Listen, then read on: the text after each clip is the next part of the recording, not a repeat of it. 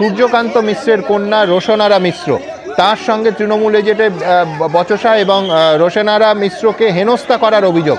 সোমনাথ দাস আমার আরেক সহকর্মী এই মুহূর্তে টেলিফোনে আছে। সোমনাথ, ঠিক কি হয়েছে? ছবি দেখতে পাচ্ছি আমরা, কি হয়েছে?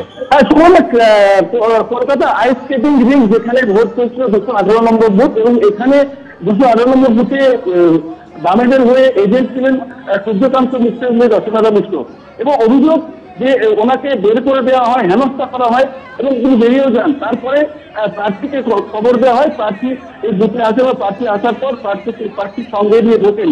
এবং প্রার্থীর অভিযোগ যে ওই বুথের ভেতরেই কিছু তৃণমূলের যারা এজেন্ট ছিলেন, তিনজনের মতো তৃণমূলের এজেন্ট ছিল, একজন নির্দলের এজেন্ট বলে দাবি করছে, এবং তারা রীতিমতো তাকে কাকানি দেয় এবং অকথ্য ভাষায় কথাবার্তা বলে। এবং ভেতরে রাজ্য পুলিশ থাকার কথা নয়, পুরো রাজ্য পুলিশ ঢুকে গিয়েছিল। পরে সেন্ট্রাল বাহিনী আসে, সবাইকে বার করে দেয় এবং সাংবাদিকদের ওখান থেকে বের করে দেয়। পরবর্তী ক্ষেত্রে রচনারা মিশ্রকে যদিও ভেতরে ঢোকানো হয়, কিন্তু ঢোকানো হলেও তাকে সেখানে অকথ্য ভাষায় কথাবার্তা বলা হয়। প্রার্থী যিনি সায়রা আলিম, তিনি বলেন যে তাকেও বের করে দেয়, এবং সেন্ট্রাল বাহিনীকে দেখা গেল যে তার পরবর্তী ক্ষেত্রে ওই প্রার্থীকেও বার করে দেয়। তিনি বলছেন 200 মিটারের মধ্যে প্রার্থীরও কোনো অ্যালাউ নেই।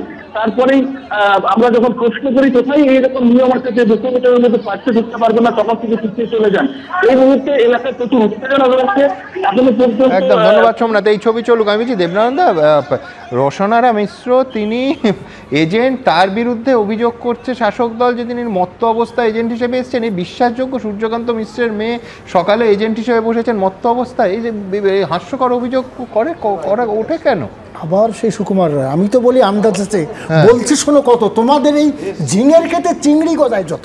কারণটা হচ্ছে এই যে শুধু তাই নয়, একটু আগে বলা, শুনুন না আপনি বলছি কেন যে একজন প্রত্যেকটা জিনিস এই যে ডায়মন্ড হারবারে বলা হচ্ছে দুটো টেপ লাগিয়ে দেওয়া হচ্ছে জেনারেলাইজ করে। সুলিন্দা, উইথ ডিউ রেসপেক্ট আপনাকে বলছি, আপনি যখন বললেন যে তন্ময়বাবু বাধ্য হলেন ধাক্কা দিতে, এটাকে নিউট্রালিটি বলবো। সুতরাং আমি হাত জোড় করে বলছি, এইভাবে বলবেন না।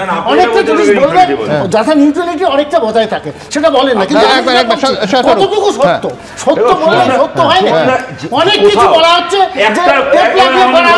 সারা বিশ্বনাথ করা হচ্ছে, এটা চিংড়ি গজায়, সমস্ত কিছু মিথ্যে, অনেকটাই মিথ্যে।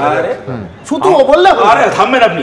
থামছি তো, তুমি বলো, কিন্তু একটু ঠিক করে বলো। স্যার আমি আপনাকে সম্মান দিয়ে কথা বলি, বলো, ওই ঠিক করে দিবি। একটার পর একটা ঘটনায় আমরা দেখতে পাচ্ছি তন্ময় ভট্টাচার্যের সঙ্গে যে বচসাটা টানা 20 মিনিট ধরে চললো। তোমরা দেখালে 20 মিনিটে একটা পুলিশ অফিসার, একজন সেন্ট্রাল ফোর্সকে আমরা ওখানে দেখতে পাই। আমি তোমাকে বলছি, এবং 100 মিটার 500 মিটারের প্রশ্ন না, ভোট চলাকালীন যেখানেই কোনো গন্ডগোল হবে, বুথ থেকে 150 কিলোমিটার দূরেও হয়, সেখানেও কিউআরটি পৌঁছে যাবে। ভোটের নিয়ম আমার জানা আছে। একটা জায়গাতে মথুরাপুরে বিজেপির প্রার্থীকে আটকে বলা হচ্ছে শান্তিপূর্ণ ভোট চলছিল, ও কেন এখানে এসছে? শান্তিপূর্ণ ভোট চললে একটা দলের প্রার্থী ওখানে যেতে পারবে না। এই শান্তিকে শ্মশানের শান্তি বলা হয়।